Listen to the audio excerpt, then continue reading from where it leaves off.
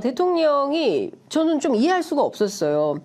그 한동훈 위원장 뭐 네. 이런저런 논란이 있었지만 네. 내가 총선 이후에 보자고 했다. 네. 그리고 내가 공천 관여하지 않겠다.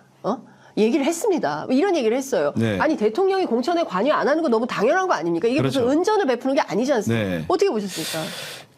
어제 또 이게 재밌는 대목이었는데 이것도 캐치를 많이 못했어 보니까 이게 보니까 정말 재밌는 대목인데 기자님들 예. 그 왜안 써주시는 거예요? 대통령이 어제 이제 보여준 것 중에 우리 누구 찰스 국왕한테 받은 선물을 하나 보여줬어요. 그게 뭐냐면 영국의 처칠 수상의 그런 명연설 모음집을 보여줬어요. 이게 맞아요. 뭐냐면 우리가 대선 때부터 대통령이 처칠을 좋아한다고 여러 차례 얘기를 했어요. 근데 처칠이 어디서 나옵니까 최근에?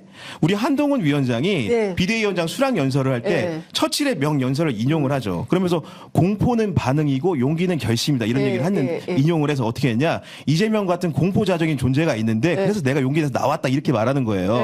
근데 그런데 그 책을 왜 보여줬냐? 다시 한번 한동훈은 내 책 손바닥 위에 있다는 거지.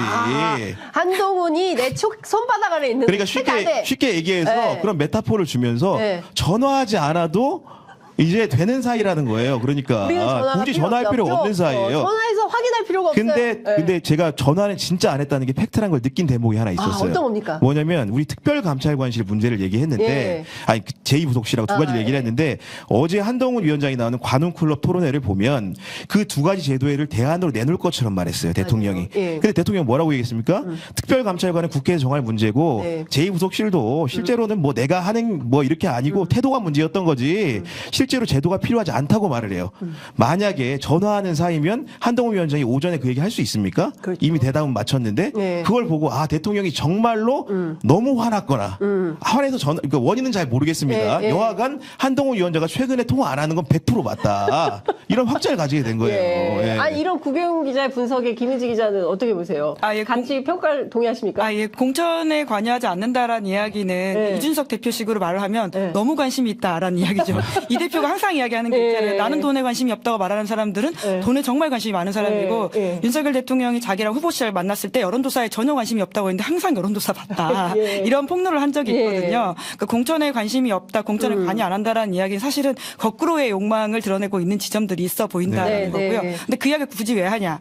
대통령은 이제 26년간 사정 업무에 근무했던 검사 출신이라는 걸 스스로 이야기하지 않았습니까? 결국 이게 법적으로 문제가 될 수 있다는 걸 알기 때문에 여러모로 이제 뭐 아까 구경 기자식 표현에 따르면 이제 빌드업을 한 것이죠. 그러니까 메타포가 다 숨어 있다. 김은지 기자가 진짜 잘 짚어줬어요. 대통령은 26년 검사기 때문에 어제 또 법적 리스크를 하나 줄여놓은 발언이 또 하나 있습니다. 뭐냐면 민주당이 지금 당무 개입으로 공선법 위반으로 지금 걸어놨잖아요. 고발을 했습니다. 근데 뭐 수사가 언제 제대로 될지는 알 수 없지만 해놨는데 대통령이 어제 한 얘기를 보면은 그 법망을 피해가는 발언을 해요.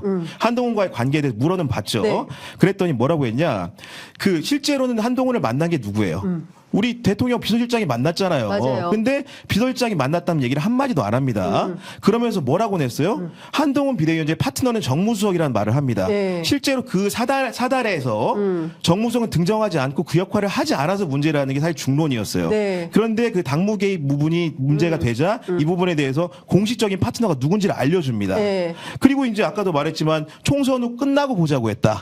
그 얘기 뭐예요? 결국은 그런 당무 개입이 진짜 있는지 없는지는 우리가 알 수 없는 영역인데 기본적으로 고발장이 접수된 상황에서 위법 논란은 피해야 되기 때문에 정식적인 개선을 설명해주고 나는 총선 후에 통화할 거야. 그 전에 안 할 거야. 전에도 안 했어. 결국 그게 뭡니까? 이렇게 명백하게 자기 또 알리바이 그리고 방어막을 만들어놨다는 거죠. 중요한 거는. 그러니까 이 100분간의 대통령 녹화대담에서 두 가지가 굉장히 중요한 포인트인데 혹여라도 본인과 관련돼서 수사받거나 조사받을 여지가 있는 이슈들에 대해서는 나는 상관없어. 그렇죠. 나는 문제 없어. 나 김건희 여사 명품백 나 관계 같으면 없어, 관계 안 없어. 받아. 내가 못 만나게 할 거야. 단호하게 조치할 거야. 두 번째, 그 혹여라도 당무 개입 때문에 탄핵의 사유가 될 수 있기 때문에 요 문제도 사실은 우리랑 관계가 없는 거야. 안 해. 계산에 있는 사람이 아니야라는 것을 강조했다. 굉장히 중요한 포인트인 것 같습니다. 영수회담에 대해서도 이거 없어진 지 오래됐다. 그러니까요. 그리고 여야 지도부끼리 논의한다면 일단 뭐 정당 지도부랑 충분히 내가 만날 용의는 있다. 그리고 여기서 아주 독특한 새로운 그 학설이 나왔죠. 학설이 나옵니다. 뭐냐면 영수회담을 한다면 여당 지도부를 대통령이 무시하는 게 될 수 있기 때문에 이거 좀 곤란한 그러니까요. 상황이다.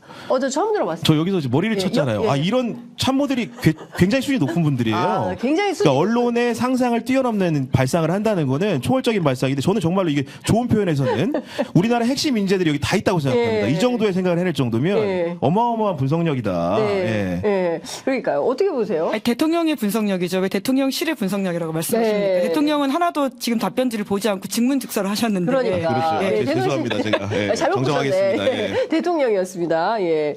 중요한 포인트는 사실 이거는 말이 안 되는 주장인 거죠. 예, 여당 지도부 무시할 것 같아서 내가 일부러 배려해서 여당 지도부를 배려해서 안 만나 준 겁니다. 네. 안 만나 준 거예요. 그러니까 그동안에 있었던 수많은 비판에 대해서 제 개인적으로는 황당하다. 저는 이런 생각이 이게 좀 지금 듭니다. 보면은 예. 여기서 이제 측근들이 이 발언을 영수회담 발언을 통해서 네. 대통령의 자문가 중에 실제로 김한길 우리 그 전 대표님이 없다라는 걸 느꼈어요.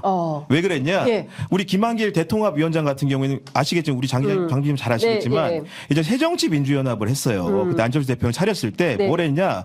서울 광장에 천막농성까지 합니다. 그게 뭐였냐면 대통령 보고 대화하자는 요구였어요. 네. 그 뭐냐면 제1야당 대표로서 대통령한테 영수회담 하자고 매번 외친 분이에요. 네. 근데 그런 철학을 가진 분이기 때문에 네. 만약 우리 윤석열 대통령이 김한길 전 대표의 국정자문과 조언을 잘 청취하는 사람이었다면 네. 이 얘기에 대해서 정반대 조언을 했을 가능성이 높아요. 네. 근데 이번에 이제 비대위원장 물망에도 오르시고 맞아요. 김한길 전 대표 여전히 총리 불씨도 살아있다 이런 얘기 네, 나오지만 맞습니다. 전 이 발언을 통해서 네. 김한길 전 대표가 윤석열 대통령의 측근 그룹은 아닌 것 같다.